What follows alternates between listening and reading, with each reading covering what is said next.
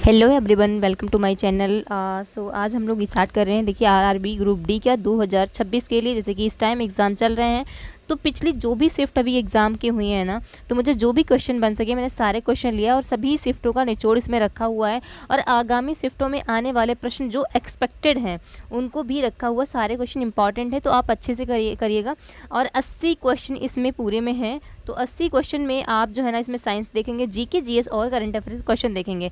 सटीक विश्लेषण करने वाले हैं हम। 100% जो है ना आपकी यहाँ पर एक्यूरेसी रहेगी। और इन क्वेश्चंस में मेरा मानना है कि आप अगर अच्छे से कर लेते हैं तो 10 से 12 नंबर कहीं नहीं जाने वाले। आप किसी भी शिफ्ट में बैठेंगे तो वहाँ से आप वहाँ जिस शिफ्ट में बैठेंगे ना, वहाँ इस वाले क्वेश्चन पेपर से आपको क्वेश्चन जरूर देखने को मिलेंगे, ज़रूर देखने को मिल जाएंगे। तो बिना देरी करते क्वेश्चन को स्टार्ट करते हैं। फर्स्ट क्वेश्चन देखिए, न्यूटन का प्रथम गति नियम किससे संबंधित है? जड़त्व से, ऊर्जा से, गुरुत्व से या फिर दाब से?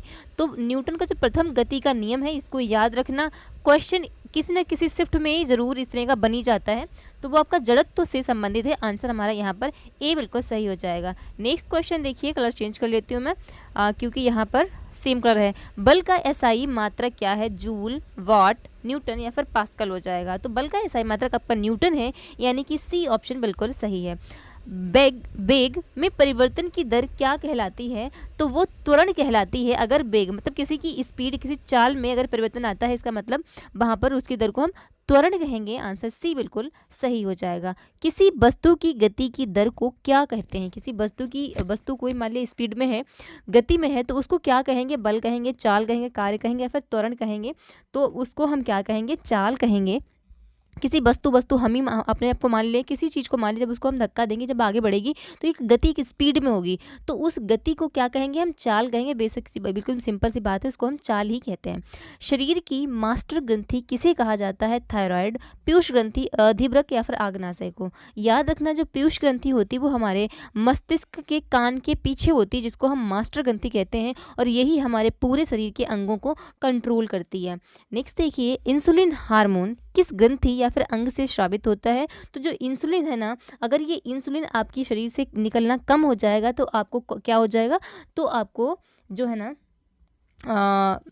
थायराइड, ये आग्नाशय में होता है। बिल्कुल यहाँ पर बी बिल्कुल सही। कहते हैं शुगर की बीमारी, इसको बोलते हैं शुगर की बीमारी हो गई, तो इंसुलिन का निकलना कम हो जाता है वहाँ से, तो आपको शुगर की डिजीज़ हो जाती है। तो आग्नाशय से ही ये इंसुलिन नाम का हार्मोन निकलता है। नेक्स्ट देखते हैं, 2026 में भारत में आयोजित होने वाले BWF यानी वर्ल्ड चैंपियनशिप किस खेल से संबंधित है? तो ये आपका बैडमिंटन से है। बी याद रखना, करंट अफेयर्स का क्वेश्चन है, बहुत ही इंपॉर्टेंट है। तो करंट अफेयर्स क्वेश्चन बहुत ही लेंदी आते हैं और ऐसे ही आते हैं, तो ये आप बिल्कुल याद करके ही चलें।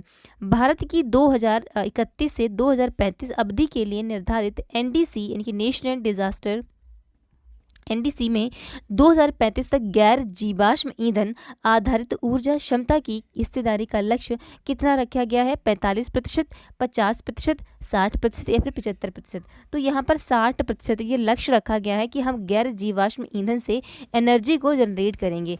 ठीक है, तो 60% आप याद रखिएगा। इंटरनेशनल यूथ डे 2026 की थीम क्या थी? मेरी साइड से डबल स्टार लगा लीजिए। क्वेश्चन किसी न किसी शिफ्ट में आने ही वाला है, तो आप बिल्कुल इसको सीरियस ही लेकर चलना। नेशनल यूथ डे 2026 की थीम क्या है? तो थीम हमारी क्या हो जाएगी? Different context common aspirant. Different context common aspirant, यहाँ पर बी ऑप्शन बिल्कुल सही हो जाएगा। अगला देखिए क्वेश्चन, 2026 में भारत की प्रस्तावित पहली high altitude wild life safari किस क्षेत्र में स्थापित की गई है? ये जो मतलब भारत की पहली तो नहीं होंगी, ये 2026 की पहली है। हाई एल्टीट्यूड मतलब बहुत ज़्यादा ऊंचाई पर बनाई गई है, वाइल्ड लाइफ सफारी है। तो लद्दाख में, सिक्किम में, उत्तराखंड या फिर आपके अरुणाचल प्रदेश में बनाई गई है, तो ये आपके लद्दाख में बनाई गई है। आंसर ये आपका यहाँ पर करेक्ट हो जाएगा। भारत और ओमान के बीच 2026 में हुआ CEPA मुख्यतः किससे संबंधित है? तो CEPA किससे संबंधित है? जो कि ओमान और भारत के बीच में 2026 में हुआ है। तो ये क्या है? आपका व्यापक रूप से इकोनॉमिक एंड व्यापार समझौता है। किनके बीच हुआ है? तो भारत और ओमान के बीच में हुआ है, जिसको सेपा यानी कि CEPA कहा गया है, व्यापक आर्थिक और एवं व्यापक व्यापार सहयोग। अगला देखिए, भारत न्यूजीलैंड मुफ्त व्यापार समझौता यानी फ्री ट्रेड एग्रीमेंट वर्ष 2026 में कितने समय में पूरा हुआ? तो कितने समय में पूरा हुआ? 6 महीने में, 9 महीने में, 12 या फिर 18 महीने में? तो ये आपका जो है ना 9 महीने में पूरा समझौता जो है ना वो पूरा हो पाया था। 2026 में भारत के किस क्षेत्र में पहली high altitude, sorry question repeat हुआ, तो मैं आगे बढ़ जाती हूँ। भारत में वन्य जीवों के संरक्षण से संबंधित प्रमुख कानून कौन सा है? जो वन्य जीव है ना उनके संरक्षण से संबंधित कौन सा कानून है? ये भी आप डबल स्टार करिए, क्वेश्चन इंपॉर्टेंट है, अच्छे लेवल का क्वेश्चन है। तो ये कौन देखता है? तो ये आपका देखता है wild life protection act. Wild life protection act 1972 के अंतर्गत भारत में वन्य जीवों के संरक्षण से संबंधित ये कानून है आपका। न्योरा, जो न्योरा कंट्री है ना, न्योरा देश ने 2026 में अपना आधिकारिक नाम बदलकर क्या रखा है? तो जो न्योरा कंट्री है ना, इसने अभी 2026 में अपना नाम बदला हुआ है, ये काफ़ी न्यूज़ में भी है। तो इसने अपना नाम रखा है Republic of Neora, Republic of Neora नाम बदलकर रखा हुआ है। 2026 में भारत में चर्चा में रहा एमएसएमई डेवलपमेंट अमेंडमेंट बिल किस क्षेत्र से संबंधित है? तो ये आपके सूक्ष्म, लघु एवं मध्यम उद्योग से संबंधित है। ए ऑप्शन करेक्ट है। 2026 में नेशनल क्रिटिकल मिनरल मिशन का प्रमुख उद्देश्य क्या है? महत्वपूर्ण खनिजों की आपूर्ति सुरक्षित हो, ये करना बिल्कुल बात सही है। 2026 में जो नेशनल क्रिटिकल मिनरल मिशन है ना, उसका उद्देश्य ही यही है कि जो महत्वपूर्ण खनिज है ना उनकी सप्लाई सुरक्षित हो सके। ऑप्शन ए करेक्ट है। लद्दाख की प्रस्तावित वाइल्ड लाइफ सफारी किन प्रमुख वन्य जीवों के दर्शन के लिए प्रसिद्ध क्षेत्रों से जुड़ी है? ये वाइल्ड लाइफ सफारी जो है ना, ये पहली हाई एल्टीट्यूड सफारी बनी हुई, मैंने अभी बताया था, ये लद्दाख में है। तो ये यहाँ पर कौन से वन्य जीव देखे जाएंगे? तो यहाँ पर आपके हिम तेंदुआ और पक्षी देखे जाएंगे। जो आपका हिम तेंदुआ हो गया और पक्षी यहाँ पर ये वाइल्ड लाइफ सफारी में देखे जाएंगे। अगस्त 2026 में भारत की पहली high altitude wild life safari ये लद्दाख में है। मैंने अभी ये क्वेश्चन पीछे करवाया था इसको। इंडिया स्किल रिपोर्ट 2026 के अनुसार भारत की एम्प्लॉयबिलिटी रेट लगभग कितनी रही है? 2026 में जो इंडिया स्किल अपनी एक रिपोर्ट जारी करता है, तो उसने एम्प्लॉयबिलिटी रेट लगभग कितना बताया है भारत का? तो उसने बताया है कि भारत का जो है ना वो 56.4% एम्प्लॉयबिलिटी रेट चल रहा है। याद रखना है इसको, सी ऑप्शन करेक्ट है। गोवर्धन योजना मुख्यतः किससे संबंधित है? तो ये आपके जैविक कचरे से बायोगैस या फिर बायो सीएनजी बनाना, इसी से संबंधित है। आंसर हमारा यहाँ पर ए करेक्ट हो जाएगा। बिल्कुल एकदम अच्छी स्कीम है, इसको याद रखिएगा। नेक्स्ट क्वेश्चन क्या है कि अगस्त 2026 में भारत का 101 बार रामसर साइट कौन सा घोषित हुआ है? तो क्या गुलाब झील है, चिल्का है, लोकटक या फिर सांबर? तो यहाँ पर जो गुलाब झील है ना वो 101 नंबर की रामसर साइट अगस्त 2026 में भारत में घोषित हुई है। भारत में प्रतिभूति बाजार का प्रमुख नियामक कौन है? तो वो आपका सेबी हो जाएगा, security exchange bureau of India, B correct हो जाएगा। नेक्स्ट है राजकोषीय नीति मुख्यतः किससे संबंधित है? तो राजकोषीय नीति आपकी सरकार के कर यानी टैक्स और एक्सपेंडिचर से संबंधित हो जाएगी, यानी कि ए ऑप्शन करेक्ट है। रेपो रेट किससे संबंधित होता है? सरकार द्वारा लिया गया प्रत्यक्ष, नहीं भाई सरकार का कोई रोल नहीं है इसमें, बल्कि आरबीआई का रोल है कि आरबीआई द्वारा बैंकों को दिए जाने वाले अल्पकालिक ऋण की दर को हम रेपो रेट कहते हैं। आंसर बी करेक्ट है। मुद्रास्फीति का सामान्य अर्थ क्या है? उत्पादन में वृद्धि? नहीं, इन्फ्लेशन का जो अर्थ होता है यानी सामान्य मूल स्तर में वृद्धि को हम इन्फ्लेशन या फिर मुद्रास्फीति कहते हैं। भारत में राष्ट्रीय आय का अनुमान वर्तमान में कौन सी संस्था जारी करती है? तो नेशनल इनकम का जो है ना वो एनएसओ जारी करती है।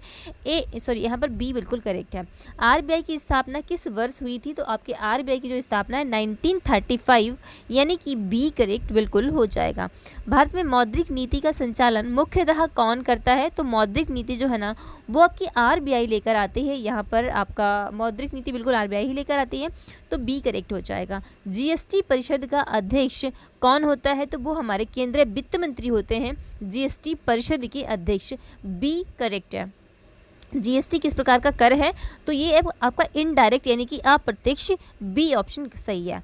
जीएसटी किस प्रकार का? अच्छा अप्रत्यक्ष है, बता दिया मैंने पीछे। भारत में जीएसटी कब लागू हुआ था? तो 1 जुलाई थी 2017 था। ऑप्शन बी करेक्ट हो जाएगा।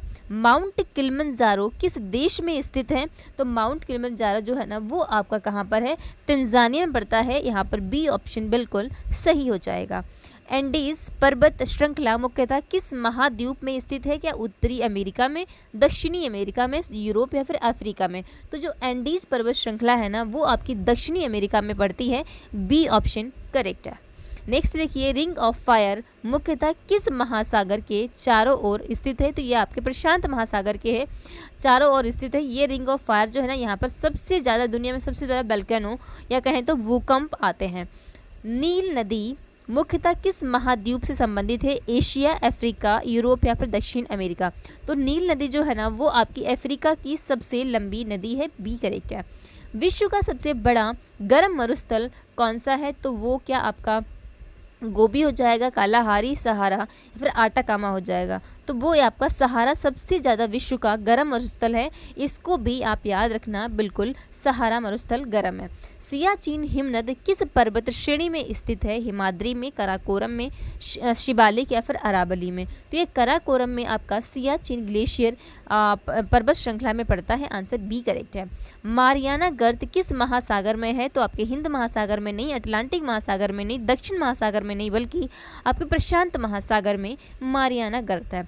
विश्व का सबसे बड़ा महासागर कौन सा है? अटलांटिक नहीं है, हिंद महासागर नहीं, बल्कि प्रशांत महासागर विश्व का सबसे बड़ा आपका महासागर हो जाएगा। केटू पर्वत किस पर्वत श्रेणी में स्थित है? तो हिमालय, कराकोरम, एंडीज या फिर आपके आल्प्स में हो जाएगी। तो केटू गोडविन जो है ना वो भी आपके कराकोरम में ही आती है। Always remember it, B correct है। विश्व का सबसे ऊंचा पर्वत शिखर कौन सा है? माउंट एवरेस्ट, जो कि आपका नेपाल में है स्थित है और हिमालय की तलहटी में आता है।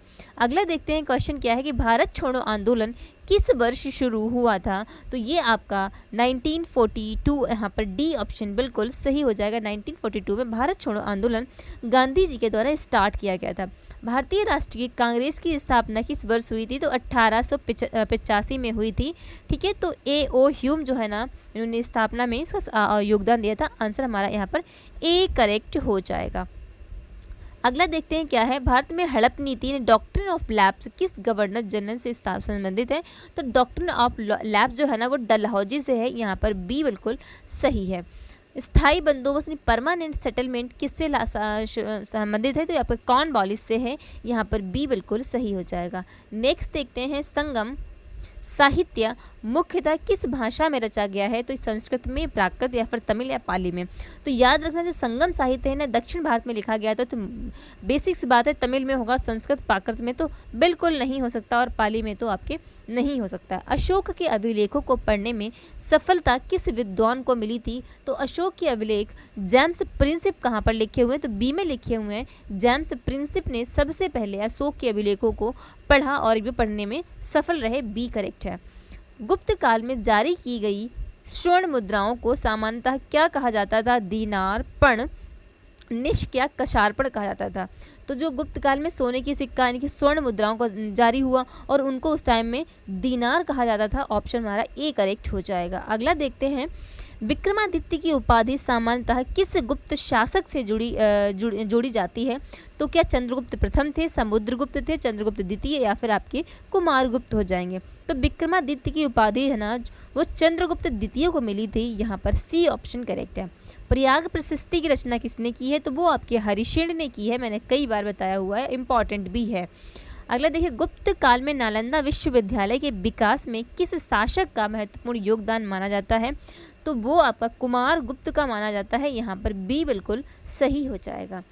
एक मोल में लगभग कितने कण होते हैं? तो एक मोल में कणों की संख्या 6.022 इंटू 10⁻23 यानी कि ऑप्शन यहाँ पर पहला ही बिल्कुल सही है। इसको नंबर को याद कर लीजिए कि एक मोल बराबर कितना होता है? तो 6.022 इंटू 10⁻23 यानी कि ए करेक्ट है। ऑक्सीजन अणु में कितने ऑक्सीजन परमाणु होते हैं? तो वो आपके 2 होते हैं ऑक्सीजन में, यानी कि देखो O2, इसको तोड़ोगे तो O और O 2 निकल के आएंगे ऑक्सीजन।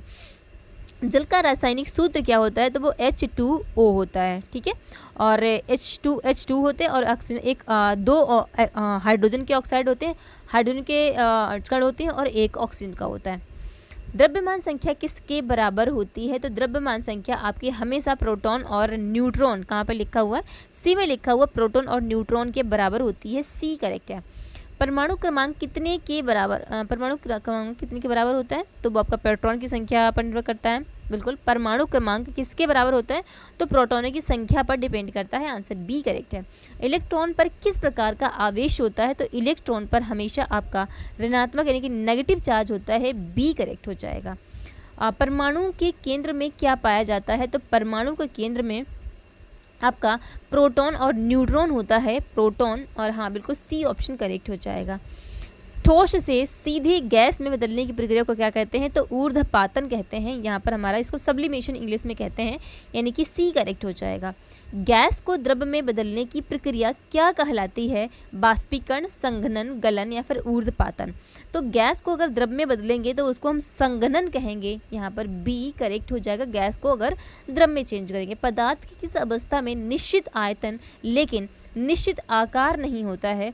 ठोस, द्रव, गैस या फिर प्लाज्मा। तो यहाँ पर आपका द्रव हो जाएगा। द्रव का जो है ना निश्चित आकार नहीं होता, निश्चित आयतन मतलब एक अवस्था में निश्चित आयतन लेकिन हो सकता है, लेकिन आकार नहीं हो सकता। यदि बल और विस्थापन एक दूसरे के लंबवत हों तो कार्य कितना होगा? बताइए, तो कार्य कितना होगा? यदि बल और विस्थापन एक दूसरे के लंबवत हों तो जो कार्य है ना वो बिल्कुल शून्य यानी कि जीरो हो जाएगा। यहाँ पर सी हमारा ऑप्शन करेक्ट हो जाएगा। कार्य का एसआई मात्रक क्या होता है? तो वो आपका जूल होता है। बिल्कुल बात सही, यहाँ पर बी करेक्ट है। चंद्रमा पर वस्तु का भार पृथ्वी के भार का लगभग कितना होता है? तो याद रखना, चंद्रमा पर अगर आप जाएंगे तो पृथ्वी के अकॉर्डिंग 1/8 भार होता है। बिल्कुल, चंद्रमा पर वस्तु का भार पृथ्वी के भार का लगभग कितने होता है? तो ये आपका हो जाएगा 1/8। पृथ्वी पर गुरुत्वीय त्वरण का मान लगभग कितना होता है? तो 9.8 मीटर पर सेकेंड स्क्वायर, यानी कि यहाँ पर सी ऑप्शन सही है। पृथ्वी पर गुरुत्वाकर्षण त्वरण का मान इतना होता है, इसको याद रखिएगा। किसी वस्तु पर लगने वाला गुरुत्वीय बल क्या कहलाता है? तो वो आपका भार कहलाता है। बिल्कुल, यहाँ पर बी ऑप्शन देखिए करेक्ट हो जाएगा। नेक्स्ट है, पौधों में प्रकाश की दिशा में वृद्धि को क्या कहते हैं? तो क्या कहते हैं वो आपको, जैसे कि पौधे हैं ना, पौधों में प्रकाश की दिशा में वृद्धि को क्या कहेंगे? जियोट्रॉपिज्म, फोटोट्रॉपिज्म, हाइड्रोट्रॉपिज्म या फिर कैमोट्रॉपिज्म। तो इसको हम फोटोट्रॉपिज्म कहेंगे। बी करेक्ट है। मानव मस्तिष्क का कौन सा भाग शरीर का संतुलन बनाए रखने में प्रमुख भूमिका निभाता है? प्रमस्तिष्क, अनुमस्तिष्क, मेडुला या फिर हाइपोथैलेमस। तो जो आपका अनुमस्तिष्क होता है ना वो मानव मस्तिष्क शरीर का संतुलन बनाए रखता है। यहाँ पर बी करेक्ट है। तंत्रिका तंत्र की संरचनात्मक एवं क्रियात्मक इकाई क्या कहलाती है? तो न्यूरॉन्स होते हैं। तो तंत्रिका तंत्र की संरचनात्मक और एवं क्रियात्मक इकाई हम न्यूरॉन्स कहलाती है। ठीक है। मानव पुरुष में शुक्राणु का निर्माण कहाँ पर होता है? तो वो आपका प्रोस्टेट में होती है। वृषण में शुक्रवाहिनी फिर मूत्राशय। तो यहाँ पर आपका डी मूत्राशय हो जाएगा। मानव में निषेचन सामान्यतः कहाँ होता है? तो मानव में निषेचन आपका फैलोपियन ट्यूब में होता है। फैलोपियन ट्यूब, आंसर सी यहाँ पर करेक्ट हो जाएगा। ईस्ट में अलैंगिक जनन सामान्यतः किस विधि से होता है? तो ईस्ट में अलैंगिक जनन जो है ना वो आपका द्विखंडनीय होता है, यानी कि ऑप्शन ए करेक्ट हो जाएगा। अमीबा में अलैंगिक जनन किस विधि से होता है? तो मुकुलन से होता है, द्विखंडन से होता है, आपका विखंडन से होता है। तो किस खंडन से होता है? अमीबा में। तो अमीबा में द्विखंडन से आपका अलैंगिक जनन होता है। आज का लास्ट क्वेश्चन है, अलैंगिक जनन में सामान्यतः कितने जन की आवश्यकता होती है? तो सिर्फ एक की होती है। यहाँ पर ए बिल्कुल सही है, एक से ही इनका जो है ना वो जनन हो जाता है। बिल्कुल ए बिल्कुल करेक्ट है। तो ये रहे आज के सवाल। सारे क्वेश्चन जो है ना वो एग्ज़ाम के लिए परफेक्ट एकदम बढ़िया हैं। आप जो है ना इनको आप स्किप करेंगे तो मेरे हिसाब से आप खुद के पैरों में कुल्हाड़ी मारेंगे। ऐसा ना करें, पूरा लेक्चर देखा करें। और आपको क्या लगता है कि क्या ये आपके लिए इंपॉर्टेंट नहीं है? बिल्कुल भाई इंपॉर्टेंट हो गया। अगर आप एग्ज़ाम देने जा रहे हैं और एग्ज़ाम में जो भी देकर आ रहे हैं, जो मेरा ये लेक्चर देख के गए हैं, तो वो बिल्कुल श्योरिटी से कहेंगे कि हाँ यहाँ से क्वेश्चन बिल्कुल फंसते हैं, बिल्कुल फंस रहे होंगे। क्योंकि मैं श्योरिटी से बता रही हूँ फंसेंगे, ज़रूर फंसेंगे, क्योंकि मैंने इसमें बहुत मेहनत की है और पीछे का एनालिसिस करके ही क्वेश्चन को बनाया हुआ है। तो thank you guys and all the best guys. अपना एग्ज़ाम अच्छे से देकर आना, बहुत अच्छे से देकर आना। और मेरी विशेष है कि आप मुझे खुशखबरी देंगे। Thank you all the best.